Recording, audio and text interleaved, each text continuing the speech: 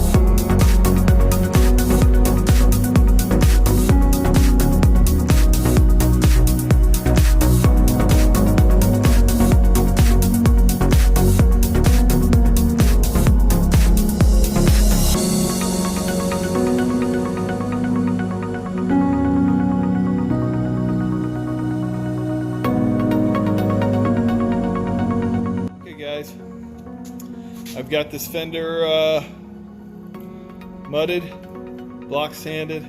It's ready for probably a coat of glaze, maybe 2 coats. So this is correct. I want to show you one thing.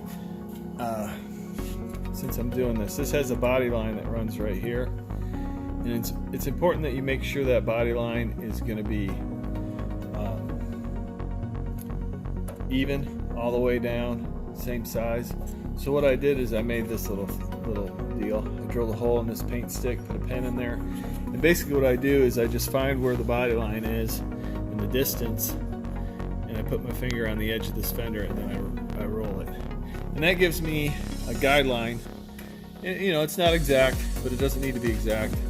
It gives me a guideline to the width of that, so it doesn't, when you get paint on it, get primer on it, block it, it doesn't look wonky. This is just going to give me a guideline for the body filler. Of course, the primer, I'll have to do something different. probably what I'll do is a guide coat, and that'll show me where that ridge is, and I can see if it's straight, that type of thing. So this, I went over it with a 36 grit sandpaper to knock it down, and then I went over it with an 80. There's still some deep scratches in here. I'm going to sand and fill those with my next coat.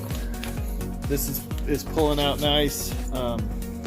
Still quite a ways to go on that, but I'm trying to get it out the best I possibly can to use the minimal amount of body filler in that door, just because it's a very large area too. This has pulled out nice, coming along nicely. Again, I did the same thing with the body line on that. I'm going to fit up that bumper and make sure that it's important through the entire process to fit up the panels. Make sure they're aligned properly. You don't want to get to a finished, primered panel, try and line the bumper up, and now it's off. Now you got to, dig into your body filler, straighten it, and that type of thing. So it just saves you a lot of time to do it during the process. So we're going to I'm going to block over this with some 80 grit to get some of those 36 grit scratches down. Then I'm going to put a coat of the icing on it. I use the icing poly putty, and that'll be. I might need 2 coats, but that'll get me further along. So.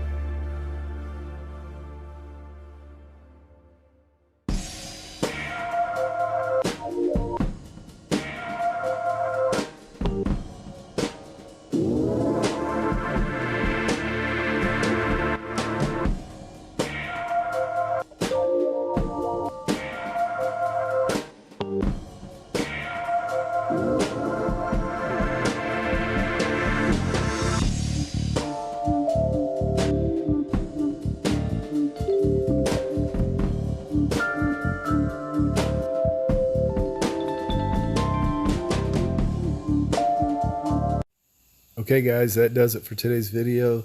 Thanks for watching. Please like and subscribe, and we'll see you next time when we primer this video.